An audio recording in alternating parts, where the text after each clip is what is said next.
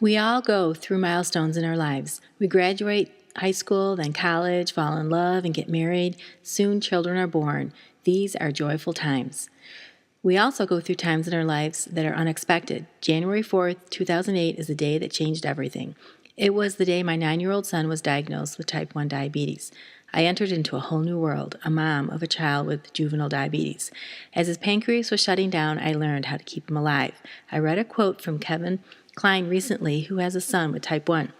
Once you have a child with diabetes, you immediately stop becoming merely a parent. You become a doctor, nurse, and nutritionist. Type 1 doesn't sleep, and neither do the parents. To look at my son, you would never know he has an autoimmune disease. We do our best to keep his life as normal as possible. My son can eat anything. The trick is to match the carbs with insulin.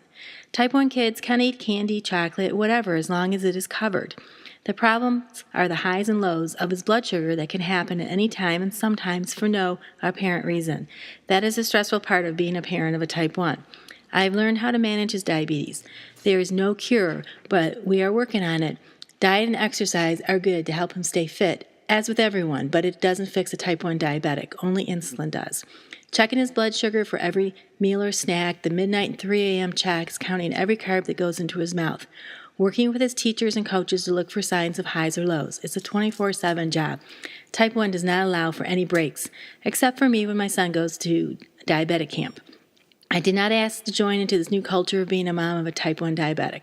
I would trade places with my son if I could, so he wouldn't have to go through what he has to every day.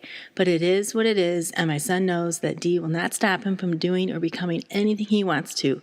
He just may have to go about doing it a little differently.